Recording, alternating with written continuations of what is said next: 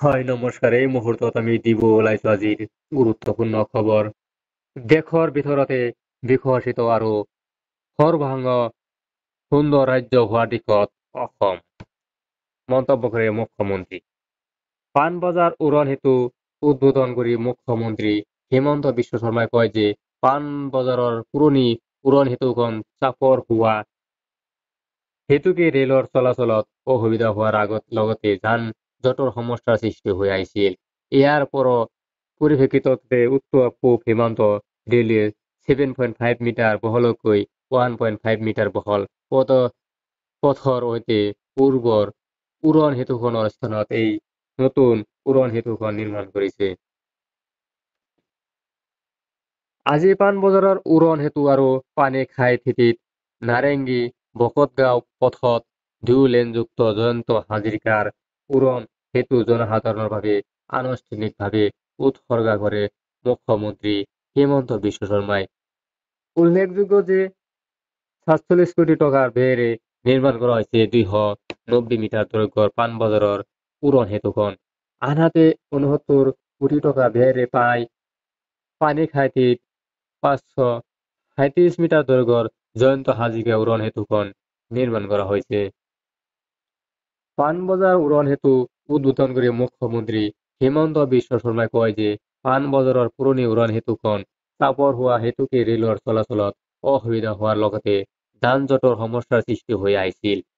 ইয়াৰ পৰিপ্ৰেক্ষিততে উত্তৰ পূব সীমান্ত ৰেলৱে 7.5 মিটাৰ বহলকৈ 1.5 মিটাৰ বহল পথৰ সৈতে পূৰ্বৰ উৰণ সেতুখনত স্থানত এই নতুন উৰণ সেতুখন নিৰ্মাণ কৰিছে।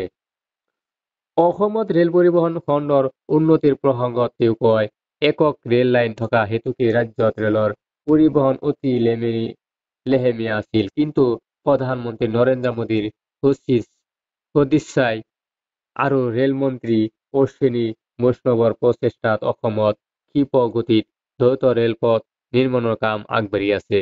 তেওঁ কয়, এই সময়ত উত্তৰ পূব সীমান্ত ৰেলৱে উত্তৰ পূৰ্বাঞ্চলত বছৰি 2,000 কোটি টকা খৰচ কৰিছিল। এতিয়া বছৰি 10,000 কোটি টকা খৰচ কৰে।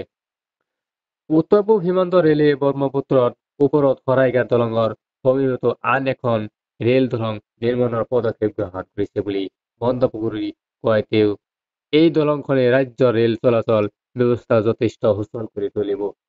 অহা কেইমাহমানৰ ভিতৰত কাজিৰঙাৰ ওপৰেৰে 32 কিলোমিটাৰ দৈৰ্ঘ্যৰ এলিভেটেড কৰিডৰ নিৰ্মাণৰ বাবে ভাৰত চৰকাৰে অনুমোদন দিব বুলি সদৰি কৰি ডক্টৰ হিমন্ত বিশ্ব শৰ্মাই কয়, এই প্ৰকল্প সম্পূৰ্ণ হৈ উঠিলে বাৰিষাৰ সময়ত ৰাস্তা পাৰ হোৱাৰ সময়ত কাজিৰঙাৰ বন্য জীৱ-জন্তুৰ মৃত্যুৰ হাৰ যথেষ্ট কমিব। সিফালে গহপুৰ আৰু নুমলীগড়ৰ মাজত ব্ৰহ্মপুত্ৰৰ তলেৰে গাড়ী আৰু ৰেল চলাচল কৰিব পৰা এটা সুৰংগ পথ নিৰ্মাণৰ প্ৰক্ৰিয়া চলি থকা বুলি উল্লেখ কৰি কয় যে প্ৰথম অৱস্থাত 12,000 কোটি টকাৰ কেৱল গাড়ী চলাচলৰ বাবে পথটো নিৰ্মাণৰ কথা চিন্তা কৰা হৈছিল যদিও প্ৰধানমন্ত্ৰী নৰেন্দ্ৰ মোদীৰ পৰামৰ্শৰ মৰ্মে ৰেল চলাচলতো কৰিব পৰাকৈ সুৰংগ পথটো নিৰ্মাণৰ বাবে প্ৰাৰম্ভিক পৰীক্ষা কৰি থকা হৈছে। ইয়াৰ ফলত প্ৰকল্পটোৰ ব্যয় 15,000 কোটি টকাতকৈ অধিক হ'ব। ভাষণত অসম ভাৰতৰ ভিতৰতে বিকশিত আৰু সৰ্বাংগ সুন্দৰ ৰাজ্য হোৱাৰ দিশত আগবাঢ়িছে বুলি মন্তব্য কৰে অসমৰ মুখ্যমন্ত্ৰী হিমন্ত বিশ্ব শৰ্মাই। গুৱাহাটীৰ উন্নয়নৰ সন্দৰ্ভত বহু সময়ত উৰা বাতৰি সৃষ্টি হোৱা বুলি আক্ষেপ কৰি মুখ্যমন্ত্ৰী কয়, উৰণ সেতু নিৰ্মাণৰ বাবে দীঘলী পুখুৰীৰ গছ কটা বুলি হোৱা প্ৰচাৰ এটা উৰা বাতৰি। তেওঁ কয় যে আজিকালি সজীৱ আৰু ৰাখিব বুলিও তেওঁ কয়, গছকো এই ঠাইৰ পৰা আন ঠাইলৈ স্থানান্তৰ কৰিব পৰা যায়। নুনমাটিৰ পৰা গুৱাহাটী ক্লাবলৈ নিৰ্মাণত উৰণ সেতুখনৰ বাবে দীঘলী পুখুৰীত এডালো গছ কটা হোৱা নাই, বৰং সিপাৰে সৈতে গছসমূহ উভালি নি ব্ৰহ্মপুত্ৰৰ পাৰত ৰোপণ কৰা হৈছে। ভাষণত মুখ্যমন্ত্ৰী ৰাজ্যবাসীক শাৰদীয় দুৰ্গোৎসৱৰ শুভেচ্ছা জ্ঞাপন কৰে।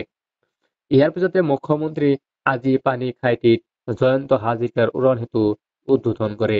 এই উপলক্ষে প্ৰদান কৰা ভাষণত মুখ্যমন্ত্ৰী হিমন্ত বিশ্ব শৰ্মাই কয় যে 2021 চনত উৰণ সেতুখনত নিৰ্মাণ আৰম্ভ কৰা হৈছিল। উৰণ সেতুখনৰ গুৰুত্বৰ প্ৰসংগত তেওঁ কয় যে গুৱাহাটী নাৰেংগী জাগিবগতগাঁও মৰিগাঁও সংযোগী পথটো গুৱাহাটী মহানগৰৰ লগতে ৰাজ্যৰ এটা অতি গুৰুত্বপূৰ্ণ তথা বাস্তৱতাপূৰ্ণ পথ আৰু ৰাষ্ট্ৰীয় ঘাইপথৰ বিকল্প পথ হিচাপে এই পথটোত সঘনে ব্যৱহাৰ কৰা হয়। ৪৮ মাহৰ ভিতৰত এই উৰণ সেতুখনৰ নিৰ্মাণ সম্পূৰ্ণ কৰা হৈছে। অনুষ্ঠানত মুখ্যমন্ত্ৰী কয়, সুৰৰ যাদু আৰু সমুদ্ৰ কণ্ঠৰে অসমৰ সংগীত জগতৰ অক্ষয় ছাপ এৰি থৈ যোৱা কালজয়ী শিল্পী জয়ন্ত হাজৰিকাৰ নামেৰে গুৱাহাটীৰ প্ৰৱেশ দুৱাৰত নিৰ্মাণ কৰা উৰণ সেতুখনত নামকৰণ কৰা হৈছে। গুৱাহাটী মহানগৰৰ যাতায়াতৰ অন্যতম গুৰুত্বপূৰ্ণ হোমেন বৰগোহাঁই পথত নিৰ্মাণ কৰা পানী খাইটিৰ উৰণ সেতুখনে উঠি অহা প্ৰজন্মৰ মনত সদায় এই অমৰ শিল্পীগৰাকীৰ স্মৃতি